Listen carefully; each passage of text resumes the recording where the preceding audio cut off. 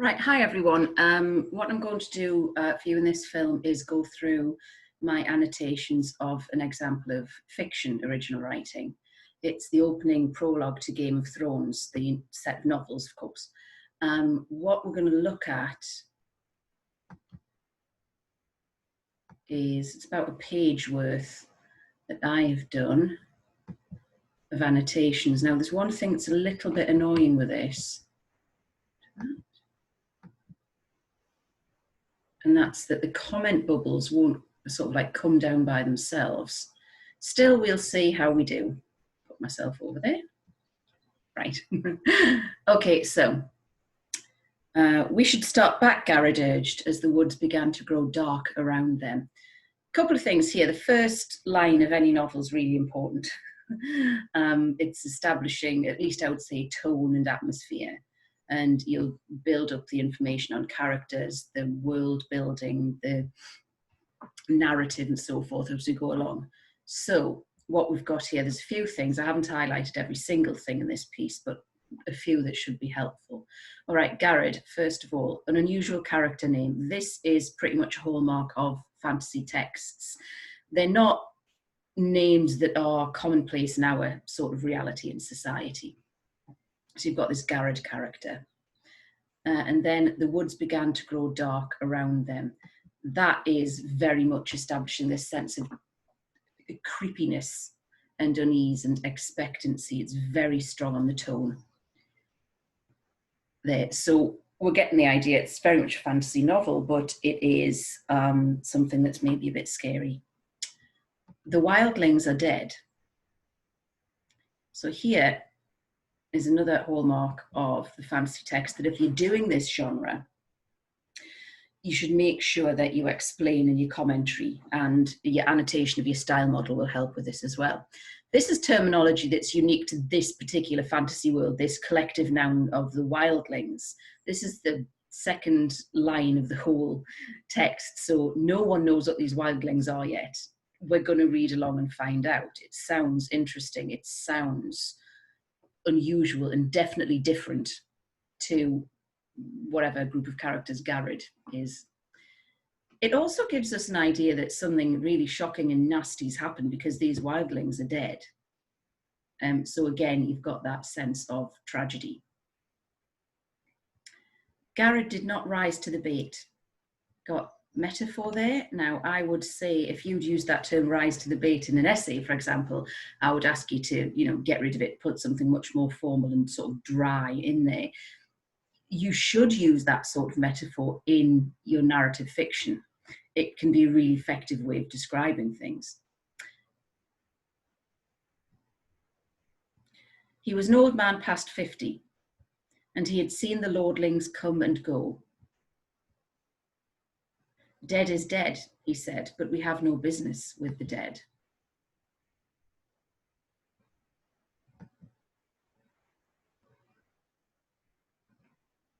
Are they dead? Royce asked softly. What proof have we?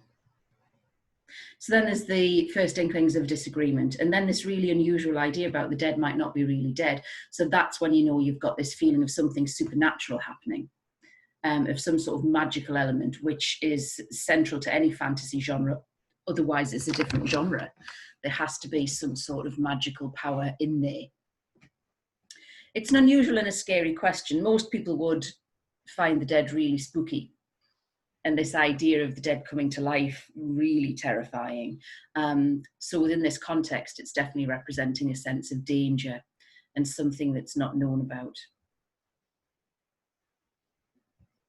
We've also got with Royce there. That's another unusual name.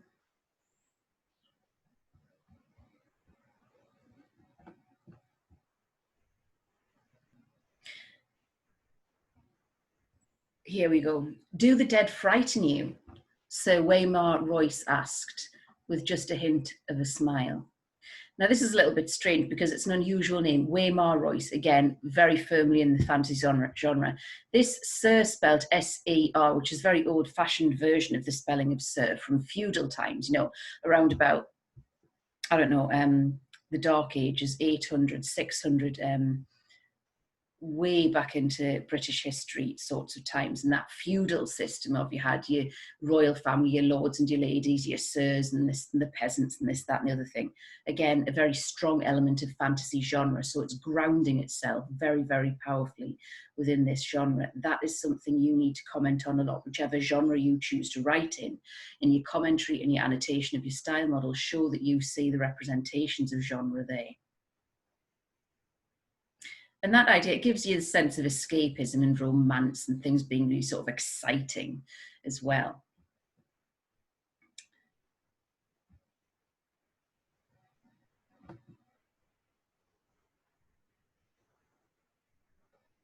This phrase also establishes Royce as being quite brave and probably experienced in living and fighting in dangerous situations. These men are tough and strong and masculine. And it presents this difference in power. We begin to see this difference in power and status between him and Garrett. Garrett is older and experienced as well. It's Royce who is in charge here.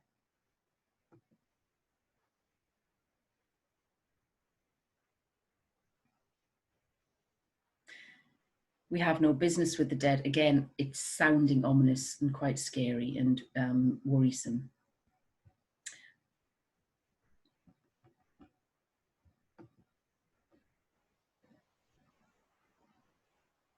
This idea about rising to the bait and he'd seen the lordlings come and go. This is where the writer is weaving into the narrative and creating the setting and the genre, some characterization, giving us little bits of information about what Garrett is like and the others. We're seeing here that he's not naive, but he is humble. He's definitely a lower status. He lacks power, but he's intelligent still. The comment about his lordlings suggests he's got a bit of a wisdom of the woods that Royce does not. He has the experience of being in that particular place and working there and fighting there and so on. Will saw them, Garrett said. If he says they're dead, that's proof enough for me. Will had known they would drag him into the quarrel sooner or later. He wished it had been later rather than sooner. My mother told me that dead men sing no songs, he put in. So we say that Will there is quite young.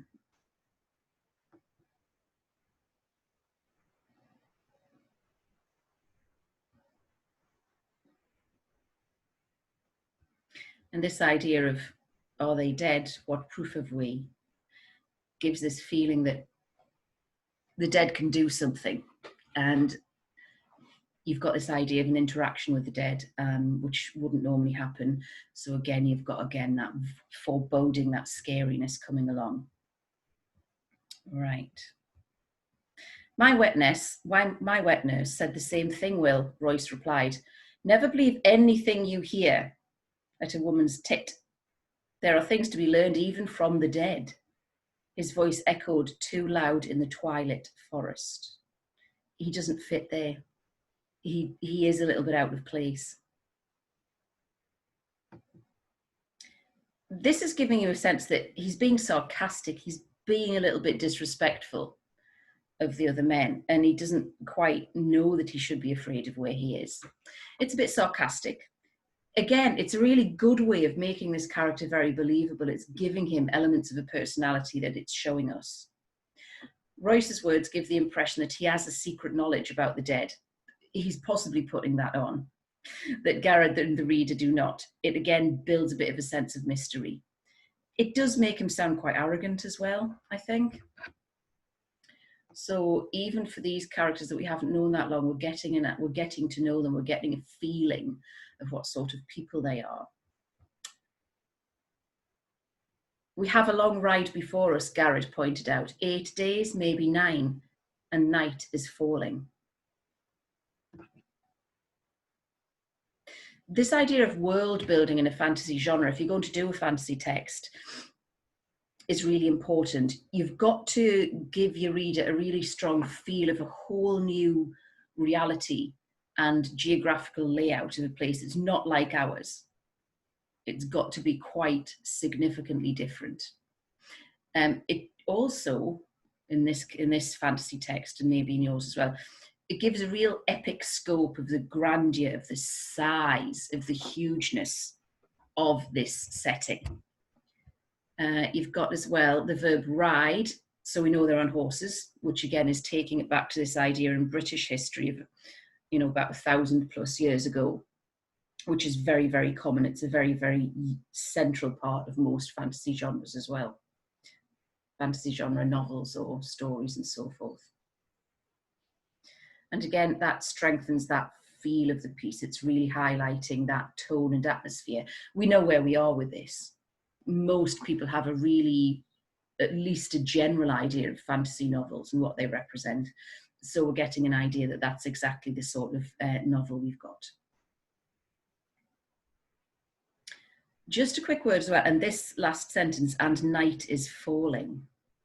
Structurally, at the end of that phrase, that whole line, it's quite impressive, showing us that something bad's going to happen.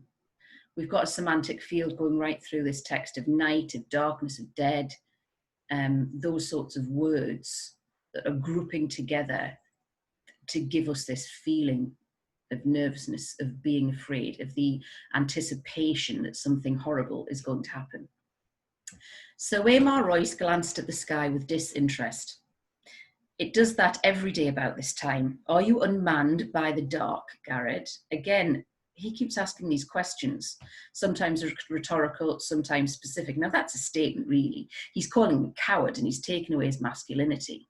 So you're getting a feeling that these two don't get on. It's this idea that whether he's afraid or not afraid means he's a man or not a man, and that he's worthwhile or not worth anything. Again, it's building this idea of toughness and strength. These are tough men. Will could see the tightness around Garrett's mouth, the barely suppressed anger in his eyes under the thick black hood of his cloak. Garrett had spent 40 years in the Night's Watch, man and boy, and he was not accustomed to being made light of. Yet it was more than that. Under the wounded pride, Will could sense something else in the older man.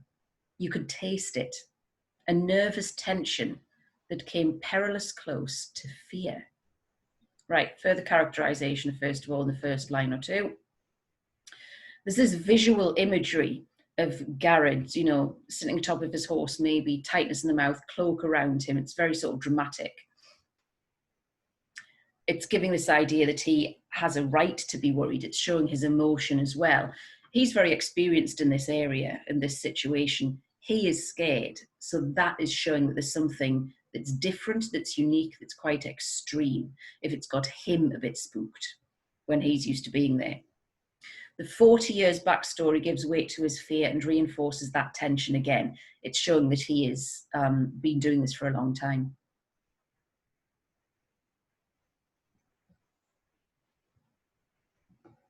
Will shared his unease. He had been 4 years on the wall. The first time he had been sent beyond, all the old stories had come rushing back. So we know there's lots of folklore around this as well, this thing about old stories. He's heard a lot of stories when he was growing up, when he was really young, about this place full of, you know, scary creatures and what have you. All the old stories had come rushing back and his bowels had turned to water. A little bit of disgusting, yucky humour there again, showing that this is quite a rough sort of environment. He had laughed about it afterward. He was a veteran of 100 rangings by now, and the endless dark wilderness that the Southron called the Haunted Forest had no more terrors for him. A couple of things here worth mentioning. Again, you've got rangings. These people in the Night's Watch, these men go ranging, and it means they go travelling around the other side of this great big wall that's built up between where they all live in the civilized land and then beyond the wall where the wildlings and then lots of these scary creatures are supposed to live. They go ranging there to keep things in order. But that word again, that verb, gives us more of an idea about what's going on in this text. You know, there's not really a job like that in our reality. It gives a sense of creepiness. The endless dark wilderness, again, the sense of size and the dark wilderness. the sense that it's wild, it's out of control, it's unknown, it's mysterious. That the Southron, again, another unusual word, we're not quite sure what it is yet. As we read further in the novel, we'll figure that out. Called the haunted forest had no more terrors for him. Haunted, terrors, all of that vocabulary in that semantic field again. It's giving this idea that there's something magical and dangerous somewhere not too far away from them, and that it's the work of these men to ride among those things and fight them and keep them under control and such. So you're getting the sense as well from that there's quite a lot of adventure in this text too, in this story. That there will be lots of exciting things happening until tonight. Right, structurally that's important, that's really good. It's the start of a new paragraph, but you can have a short sentence after a long paragraph or a really long sentence in the same paragraph, and it'll make a same sort of punchy effect. Structurally, this short sentence, which contradicts Will's feelings, explained in the previous paragraph, is really effective in building this sense of anxiety and expectancy that danger awaits. Tonight, right now, it's different. It's not normal. It's really especially spooky and creepy and nasty. These experienced rangers feel it. And it's just in those very two words that we get that sense. So it's a really good technique to use if you're writing a piece of fiction. Something was different tonight. A little bit of repetition there. There was an edge to this darkness that made his hackles rise. That metaphor, hackles, rise. It gives a sense of the unusual, more dangerous situation. It's an involuntary thing by him to make a sort of, like we would say, goosebumps come up. It's something he can't control. It's a very emotional and instinctual reaction. So again, we're getting the sense it's very real, even though he's maybe trying to deny it or to put on a brave front. It gives a sense that it's more dangerous than anything they've faced before, that they've encountered before. Gives the impression that what is to come is more extreme, more violent, and dangerous and destructive than whatever they've seen in 40 years. So it's quite hyperbolic. It's really building up. It's really exaggerating whatever might come. It's quite talented to do this because there's 500 words in this extract and we're getting a really good sense of what's going on. The whole new world and genre and everything. Right.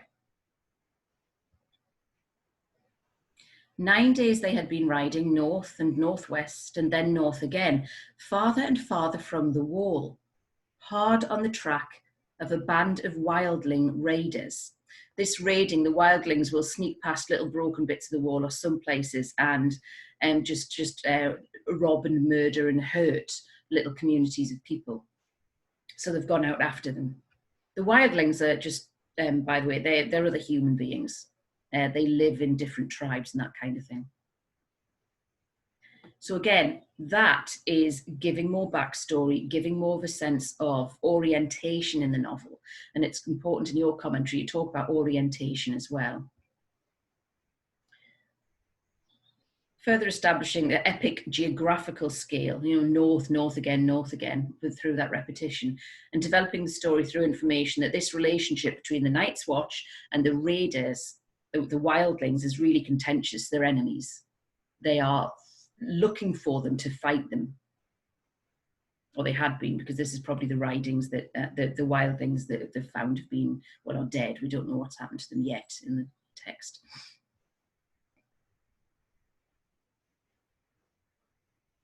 Each day had been worse than the day that had come before it. Today was worst of all. A cold wind was blowing out of the north, and it made the trees rustle like living things. This simile.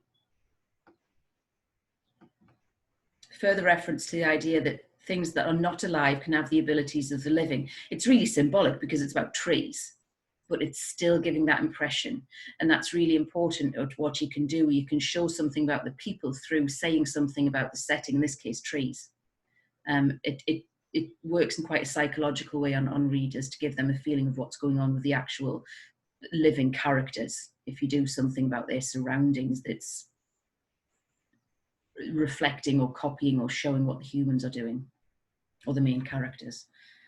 This enhances the idea of the presence of the supernatural in a threatening and dangerous adversary, or as a threatening and dangerous adversary. The supernatural is there and it's going to harm them. All day Will had felt as though something were watching him, something cold and implacable that loved him not. That phrase, loved him not, is quite nice. The words grammatically are a little bit of a different order than we speak today. It's giving that sense of historical narrative too. Garrett had felt it too.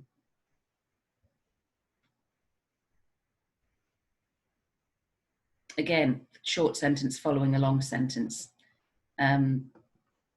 Will is not imagining the danger and perilousness of their situation because Garrett is feeling it as well. So it's giving this sense of certainty. They are definitely in a lot of danger. And it's making us much more expectant for some violence, some trepidation, a fight scene, whatever might be coming. Will wanted nothing so much as to write hell-bent for the safety of the wall. That hell-bent, another quite impressive metaphor. The semantic field hell as well. It's giving this sense of darkness and sin and nastiness.